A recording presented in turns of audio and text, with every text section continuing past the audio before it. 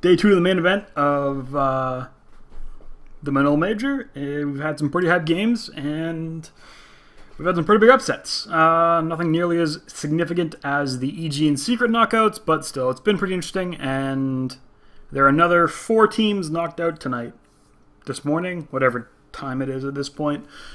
So, let's get into it.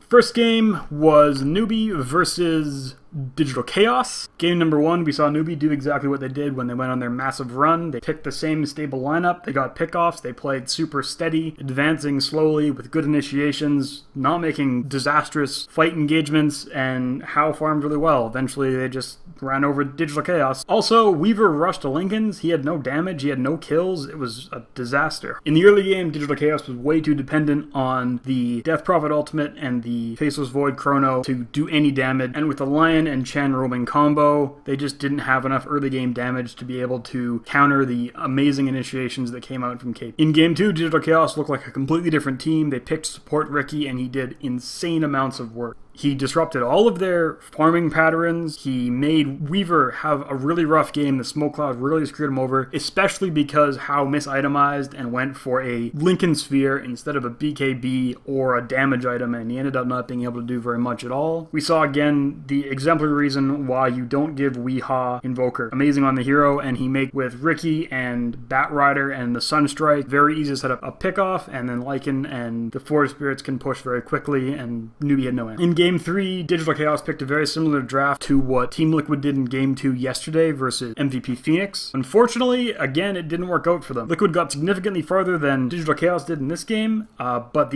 ultimately the outcome was the same. They ended the game with a Gyrocopter that was under-farmed because he went for a lot of early game items, and a DK in this game, Death Prophet in the Liquid one, that simply was tanky but didn't do enough damage to make a meaningful impact and be able to force high ground before their hard-farming Slark got online. Good to note here that How and Moo did the classic How and Moo thing where they played very stable core role. Fortunately, this is a situation where I just think that Newbie is more experienced as a team than Digital Chaos. DC missed their timings, and eventually they just couldn't come back. Digital Chaos are not eliminated in this game, but they have shown significant growth from their inception where they're losing to Tier 2 North American teams and now being able to put a team of the caliber of Newbie on the ropes in such a large tournament. Next game up was Fnatic versus LGD. In the first game, Fnatic attempted to cheese LGD by drafting a Brood to make as much space as possible for their hard-farming Slark. Unfortunately for them, LGD played a phenomenal game, managing to keep the Brood at bay, giving up strategic advantages, but at the same time making sure that they never lost so much of an advantage that they couldn't come back. Special shout-out goes out to Maybe, who put up almost 10k hero damage and just played out of his mind in the early game, allowing them to transition from the very strong early game they had, even when they lost a bunch of towers due to the Brood pick, to be able to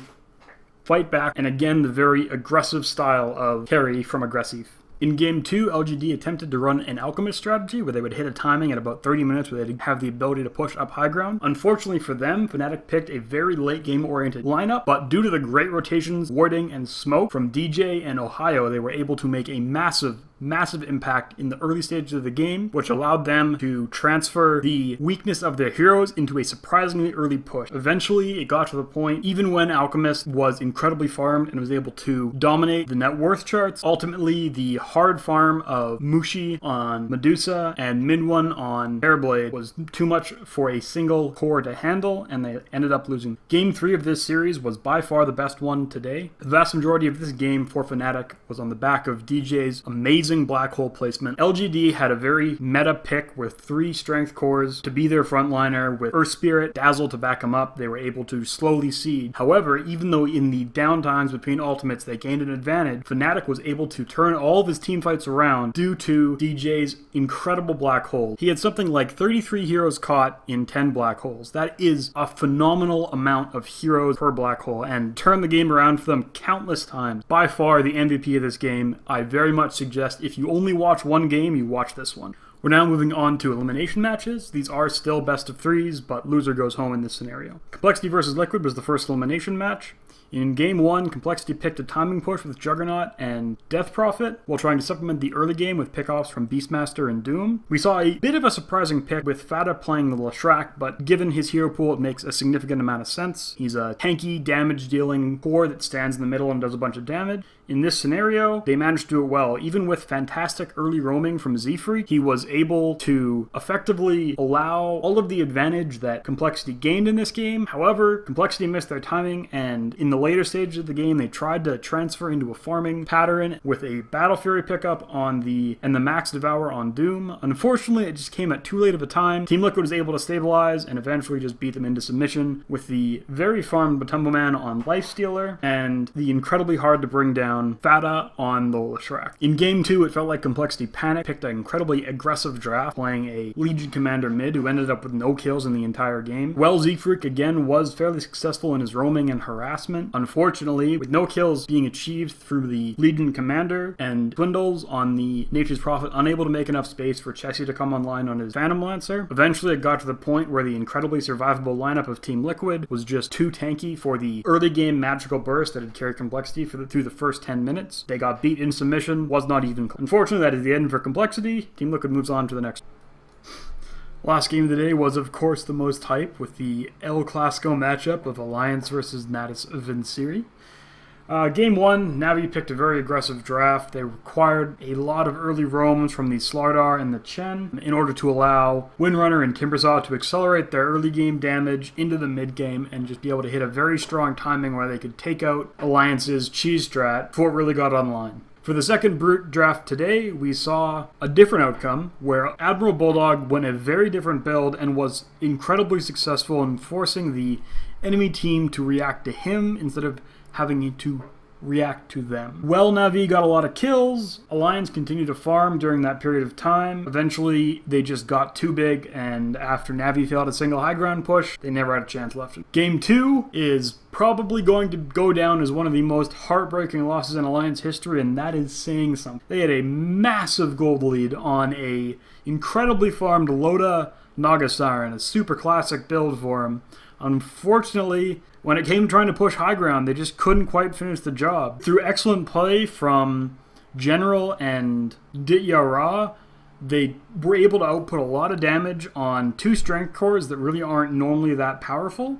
And with some really, really impressive itemization and clutch damage from the micro of art style using those ancients, they were able to scale into the late game with a lineup that really shouldn't have been able to. Loda was pushing very effectively, and then at about 50 minutes, he got caught out 3 times in a row, lost buyback, and at that point, they were just done. Game 3, I feel like it really wouldn't have mattered what the draft ended up being. It just felt like Alliance was completely burnt out after losing that last game. Loda made a bunch of mistakes, both in itemization and in a few initiations, where he would jump up on, most notably, an Invoker illusion, and he ended up losing his team 3 kills for nothing. It just really felt like Alliance was in a situation where they were panicking. NaVi looked like a stronger team, whether it be a better draft or just the emotional resilience of Alliance was not up to par.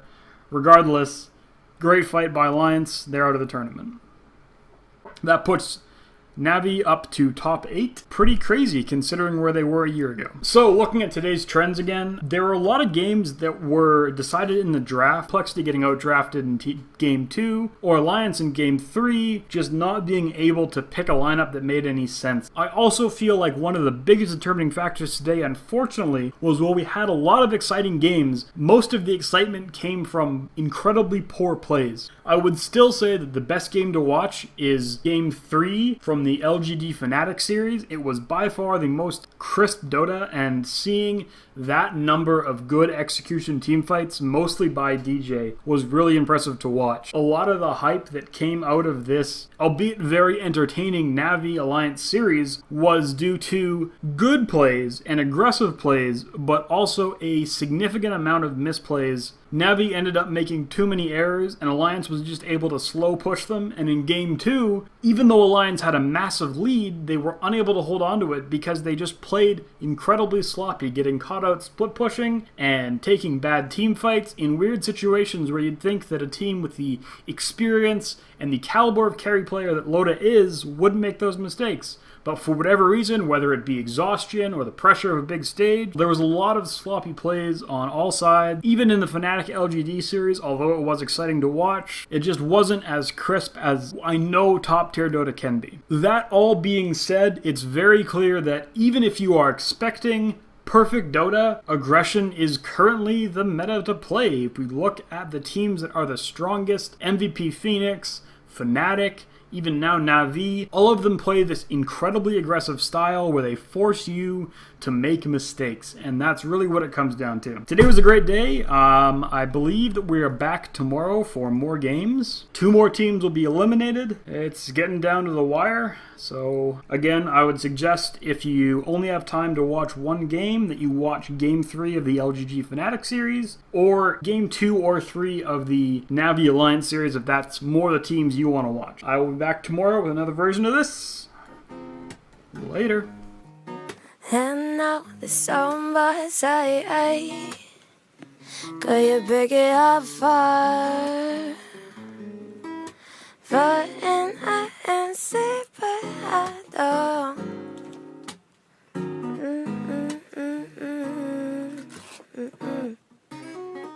That's so cool. How do you do that?